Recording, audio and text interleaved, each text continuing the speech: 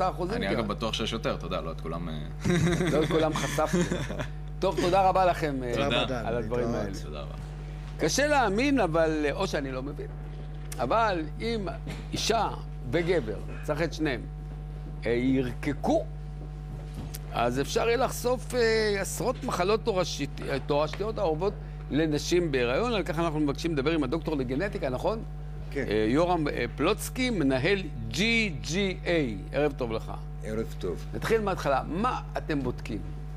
ה-DNA בעצם מכיל את כל התוכניות על פי הם מיוצרים החומרים החיוניים לבנייה ולתפעול תקין של הגוף. אוקיי. אם יש תקלה, אם יש איזו תקלה בתוכנית עצמה, מאליו המוצר שיצא מהתוכנית הזאת תהיה פגום.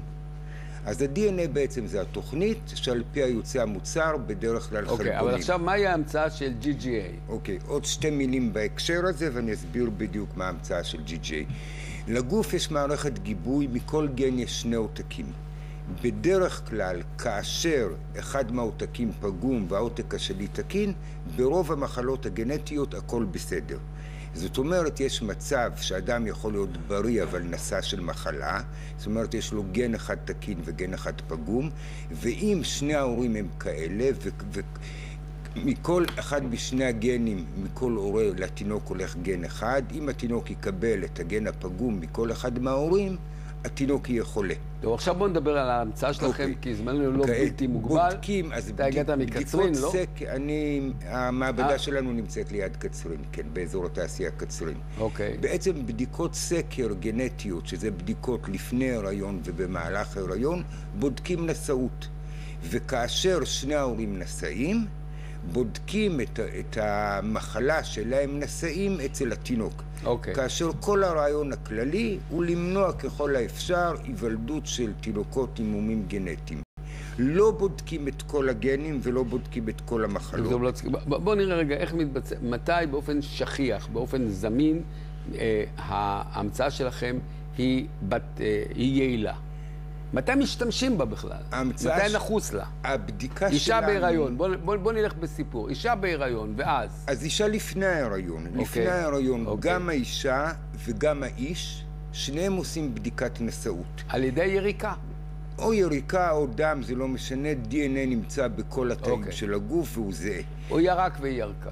עושים בדיקת נשאות. נכון להיום הבדיקות הנהוגות עושים מספר מצומצם יחסית של גנים, ובכל גן מספר מצומצם של מוטציות, שאלה בעצם המוטציות השכיחות והשכיחות על פי עדות. וזאת אומרת, עושים פה בדיקה שהיא סטטיסטית. כעת תמיד שעושים משהו על עיקרון של סטטיסטיקה, יש את נפגעי הסטטיסטיקה. את אלה שלא התאימו לסטטיסטיקה, ולכן דוגמה למשל, לא מזמן הגיעה אלינו בדיקה של ילדה שאימא שלה נבדקה למוטציות השכיחות, נמצאה לא נשאית, ונולדה ילדה חולה קשה מאוד בציסטיק פיברוזיס. מה ללמוד מזה? מה ללמוד מזה? השיטה על פי המחליטים מה לבדוק אצל כל אחד היום זה על פי הרקע העדתי, כי השכיחות של מוטציות שונה בין עדה לעדה. אבל היום רובנו מעורבים לגמרי, הבסיס העדתי הוא הרבה פחות קובע, והטכנולוגיה מאפשרת לבדוק הרבה יותר מוטציות בבת אחת. זאת אומרת, מי שכבר רוצה לעשות את הבדיקה, שיעשה בדיקה שתהיה יעילה. פה יש צ'יפ שאנחנו משתמשים בו.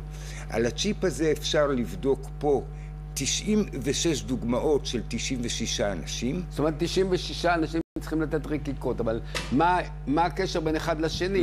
לא, זה בלתי תלוי. ופה אפשר לבדוק 96 מוטציות שונות.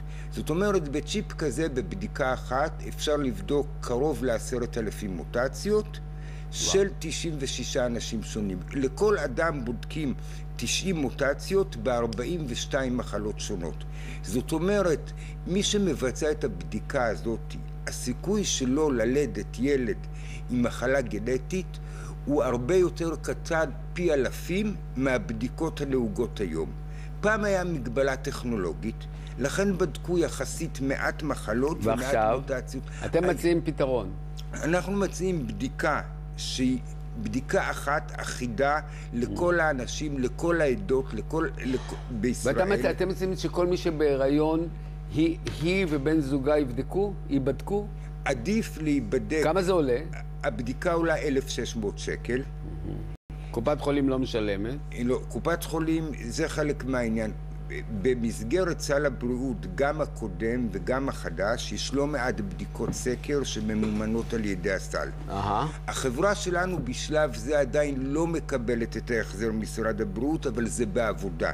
זאת אומרת, מתוך 1,600 השקלים האלה, אני מעריך שבערך בין 800 ל-1,000 שקל יהיה ממומן על ידי משרד הבריאות, ובין 600 ל-800 שקל יהיה תוספת שישלם הנבדק. עכשיו, אם אני מבין אותך נכון, ואתה בעצם אמרת את זה גם קודם, אתה בעצם מציע שהבדיקה הזאת תעשה לפני שהגברת בהיריון.